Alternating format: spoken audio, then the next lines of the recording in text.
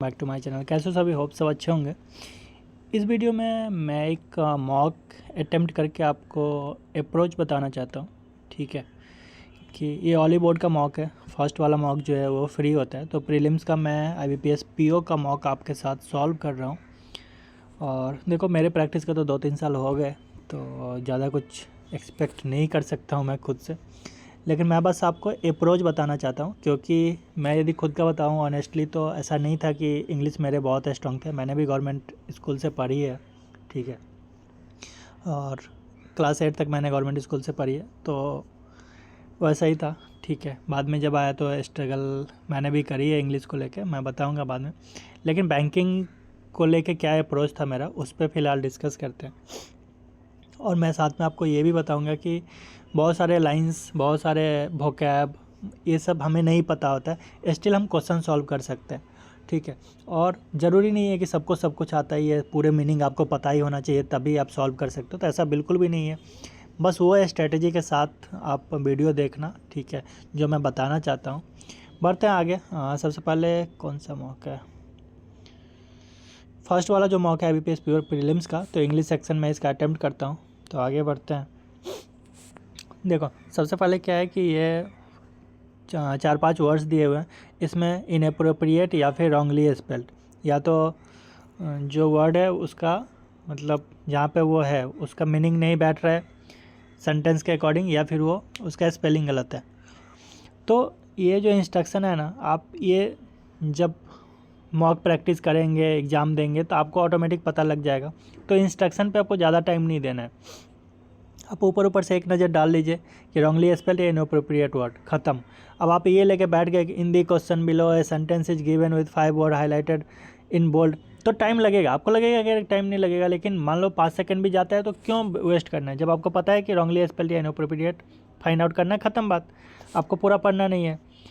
अभी देखिए, SEDENTARY, अभी सीडेंट्री का हमको मीनिंग नहीं पता है, तो अब ये देख के ही मत डर जाइए कि हमको पता ही नहीं है। आगे बढ़िए। CONTRABUT, ये बिल्कुल सही है। VARIOS, वेरियस भी सही है। ओबेसिटी भी सही है। CRDIO, VSCULAR, कार्डियोवास्कुलर, ये भी सही लग रहा है। मतलब कहीं ना कहीं सीडेंट्री गलत है। अभी सीडेंट्री का मतलब क्या है हमको ऑनेस्टली नहीं पता है, और सीडेंट्री का स्पेलिंग क्या होता है ये भी नहीं पता है, लेकिन हम मार्क कर देंगे A, क्योंकि नन का कोई ऑप्शन नहीं है और 4 हमको सही लग रहा है। ठीक है, तो आप ये मार्क करके आगे बढ़िए। The table also illustrates ELLUSTRATES the changing objectives of the journeys. अब ये देखो, ये जर्नीज़ कुछ अजीब अजीब सा नहीं लग रहा आपको कि वाई के बाद ES लगा हुआ है, तो जनरली वाई के बाद S होगा, जर्नीज़ होगा, जर्नीज़ नहीं होगा। तो जैसे वो कौन सा PK मूवी था ना, कि जब दूसरे गोले से दूसरे गोले पे गया तो कुछ अजीब अजीब सा लग रहा है। ठीक है, तो वही वाला चीज़ें हैं, आपको पढ़ के लगेगा और ये प्रैक्टिस से आएगी चीज़ें। ऐसा नहीं है कि मैं हवा में बात कर रहा हूँ या आपके सामने झूठ बोल रहा हूँ। ठीक है, तो ऐसा बिल्कुल भी नहीं है। आप जब रीडिंग करेंगे तो आपको लगेगा कि हाँ, ये कुछ अजीब सा लग रहा है। हाँ, हमेशा आपका 100% सही नहीं होगा, लेकिन आपको बस इतने स्कोर करने हैं ना कि आपका सिलेक्शन हो जाए, डेट्स इट। तो C इसमें मार्क कर दीजिए। आगे बढ़िए। अभी इसमें क्या करना है आपको? सेंटेंस रीअरेंजमेंट करना है, मतलब वर्ड अरेंजमेंट करना है।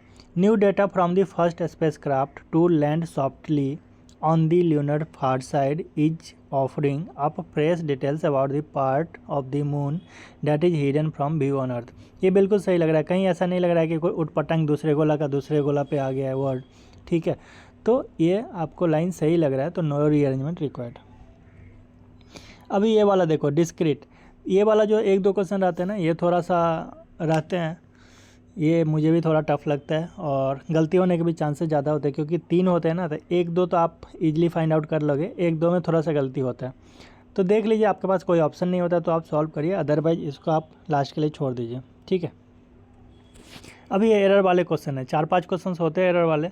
तो इसमें क्या होते हैं कि हमें थोड़ा सा डर लगता है।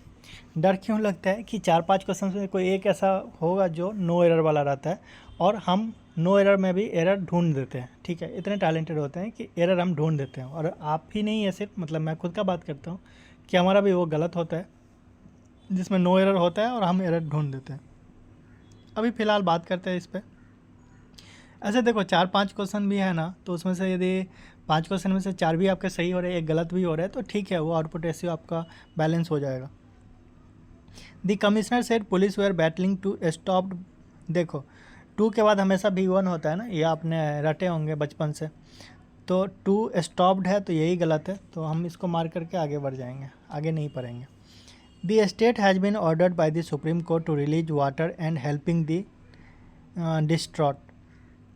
अभी देखो आपने ये रूल पढ़ा होगा ग्रामर में कि एंड के बाद, मतलब एंड के पहले और एंड के बाद टेंस सेम होना चाहिए। अब यहाँ पे हैज़ बीन ऑर्डर्ड है, यहाँ पे हेल्पिंग है, मतलब इस लाइन में गलत है। Being an important official, important decision regarding him were to be made by the board.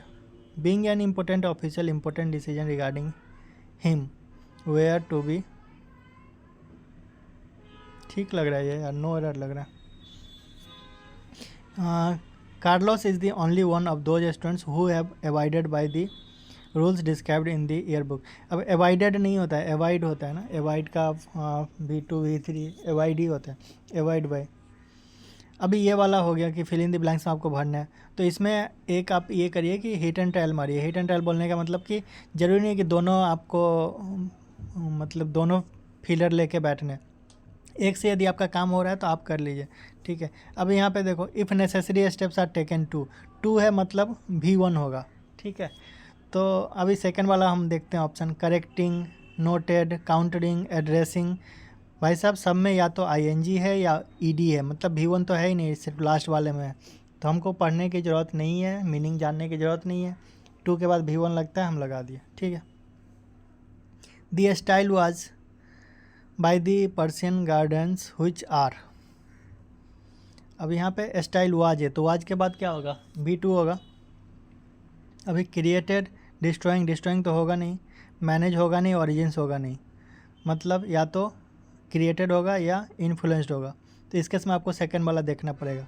Which are के बाद वेंट देखे हो क्या, व्हिच आर वेंट लगाओगे तो आपको वो फीलिंग आएगा कि दूसरे गोला पे पहुंच गए, है ना।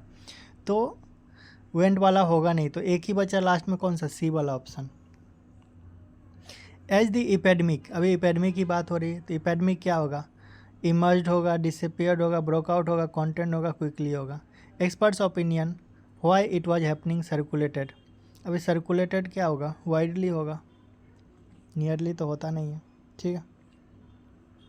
Wines produce from same grape cultivars but in different location possess, मतलब अलग अलग की बात कर रहा है, डिफरेंट लोकेशन पे बात कर रहा है। Qualities leading to consumer appreciation, तो पोजेस नॉर्मल क्वालिटी तो कुछ होता नहीं है, distinctive quality, distinctive common qualities नहीं होता ना, डिस्टिंक्टिव क्वालिटीज़ होना चाहिए, टू डिफरेंट कंज्यूमर अप्रिसिएशन। अब ये पैसेज आ गया, देखो जो प्री का पैसेज होता है ना, वो देखने में कभी कभी आपको बड़ा लग सकता है, लेकिन वो टफ होता नहीं है।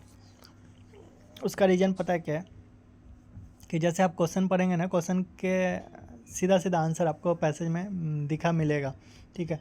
तो आप एक बार ऊपर से पैसेज देख लीजिए किसके बारे में बात कर रहा है, तो यहाँ GDP, एग्रीकल्चर, ग्रीन रेवोल्यूशन, इसके बारे में बात कर रहा है, मतलब something related to agriculture, GDP, ये सब है, ठीक है। अभी क्वेश्चन पढ़ते हैं, how has Indian agriculture evolve in 21st century compare to green revolution era. मतलब ग्रीन रेवोल्यूशन एरा और 21st सेंचुरी दोनों में एक तरह से क्या डिफरेंस है, ऐसा पूछ रहे हैं।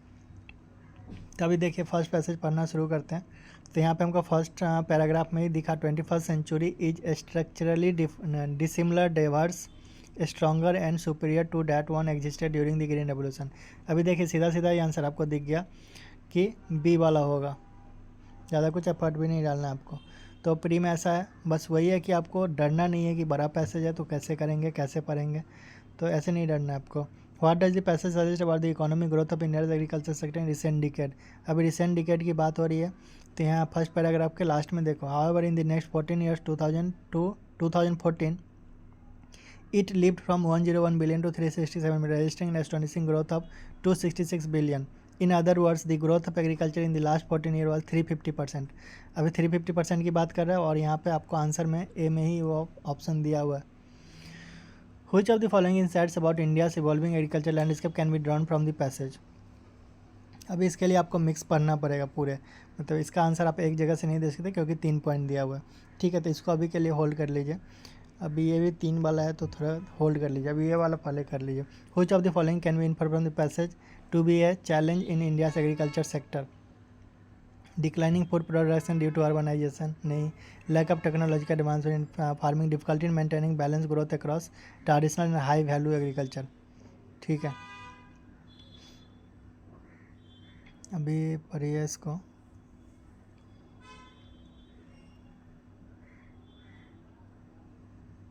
Growth is restricted, not commonly perceived in agriculture. The drivers of the high value segments such as dairy and the segments farmers income. ठीक है, मतलब ये difficulty in maintaining balanced growth ये वाला होगा। समटाइम्स क्या होता है ना कि कुछ पैसेज आपको ऐसे भी दिखेंगे एग्जाम्स में जो आपके नोन है, मतलब जैसे ग्लोबल वार्मिंग पे दे दिया, फिर से एग्रीकल्चर के ऊपर दे दिया, तो आप कुछ क्वेश्चंस मतलब कॉमन सेंस से भी कर सकते हैं। हमेशा ज़रूरी नहीं है कि मतलब कुछ चीज़ें हैं जैसे कि एफॉरेस्टेशन का आ गया कि पेड़ लगाने से क्या होगा करके। ठीक है, तो उसमें आप कुछ सेंस भी लगा सकते हैं और वही चीज़ें पैसेज में भी लिखा होगा। अब क्या बोल रहे हैं, which of the following insights about India's agriculture stems drawn from passage are correct? India's unique agriculture model can serve as an inspiration for developing. अब इसमें देखिए सेकेंड पैराग्राफ में, it has progressed rapidly in recent years, second largest food production in world, the country's agriculture production is above that of US, which one supplied in the unknown to many. India's international trade agriculture products fetches higher earning for. ठीक है, तो मतलब India से unique agriculture model serves inspiration सही है ये। The high cropping intensity in India allows for greater land compare to other countries, ये भी सही है। The versatility of Indian farmers helps maintain economic stability and across different agriculture sector, ये वाला आपको वर्सैटिलिटी वाला यहाँ पे दिखेगा कि by and large this versatility has transform Indian agriculture into global leader, तो मतलब इसमें ये तीनों सही है। व्हाट मेक्स इंडिया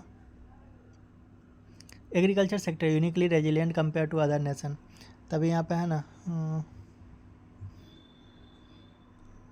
कि the drivers of India's growth are actually high value segments dairy and in this segments farmer.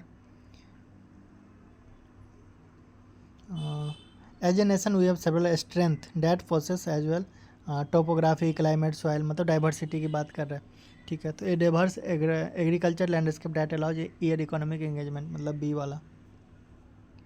अभी क्या वाला, which one of the following are synonyms of astonishing? अभी देखो एस्टोनिशिंग का सीधा सीधा तो मीनिंग नहीं पता है, लेकिन समटाइम्स क्या होता है जब आप पैसेज में वो वर्ड पढ़ेंगे आगे पीछे तो थोड़ा सा आइडिया आपको लग जाएगा।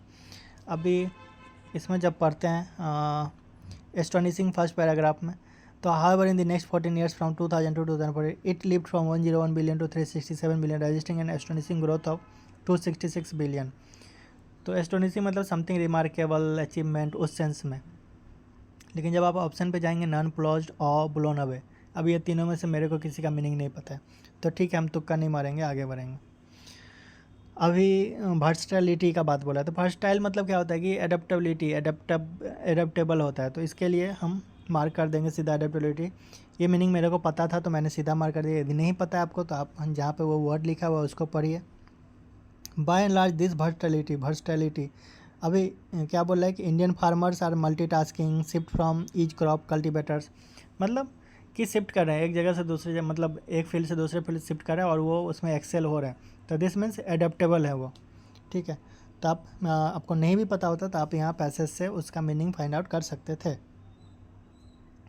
अभी ये वाला आ गया, अभी ये वाला थोड़ा सा रिस्की होता है क्योंकि इसमें एक भी इधर उधर होता है तो गलती होने के चांसेस होता है। हालांकि ये प्रीलिम्स में सारे एग्ज़ाम्स में देखने को नहीं मिलते हैं, लेकिन किसी किसी शिफ्ट में आ जाता है ये कि आपको अरेंज करना है करके। तो देखो इसमें 1 मार्क्स तो आप पक्का सिक्योर कर सकते हो, फर्स्ट वाला कि फर्स्ट में आपको सब्जेक्ट चाहिए होता है। अब इसको मान लो पढ़ेंगे आप तो कोर्ट टैक्स प्रीजुरी, अभी कोर्ट टैक्स प्रीजुरी की बात कर रहा है, मतलब फर्स्ट तो होगा नहीं। ठीक है, या मान लो 1 सेकंड के लिए कि होगा भी, तो इसको होल्ड पे रखते हैं। बी में क्या है, दिस डिस्क्रिप्टिव, अब दिस की बात कर रहा है, इट की बात कर रहा है, तो ये सब कभी भी फर्स्ट लाइन होगा नहीं, तो बी भी नहीं हुआ, सी भी नहीं हुआ। ई में देखिए, ई में क्या बोला, टू मेंटेन, अभी टू मेंटेन से कोई सब्जेक्ट कोई पैराग्राफ स्टार्ट होते देखा क्या, नहीं देखा, तो मतलब बचा ए और डी। अभी दोनों में से कौन सा फर्स्ट ज़्यादा अप्रोप्रिएट है वो देखिए। डी में क्या है, प्रीजुरी, मतलब प्रीजुरी को एक्सप्लेन कर रहा है, कि प्रीजुरी को डिफाइन कर रहा है।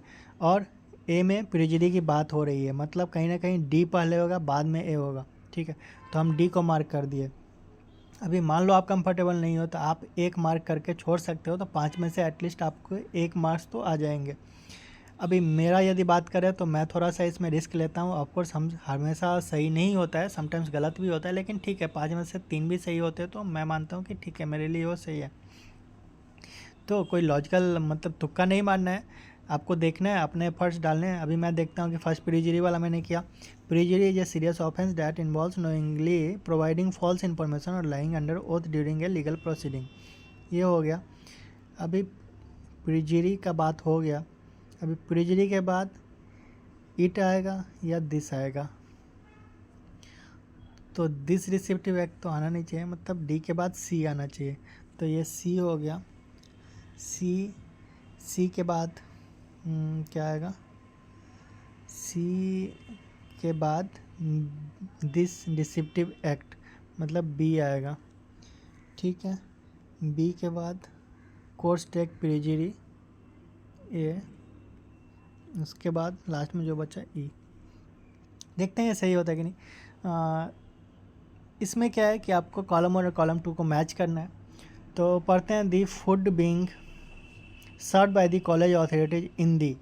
अभी फूड की बात हो रही है तो सामने सामने आपको दिख रहा है कैंटीन। अभी ए का डी के साथ मैच होगा, तो आप देखिए ए से डी वाला कौन कौन सा है। फर्स्ट वाला है, एक ही है।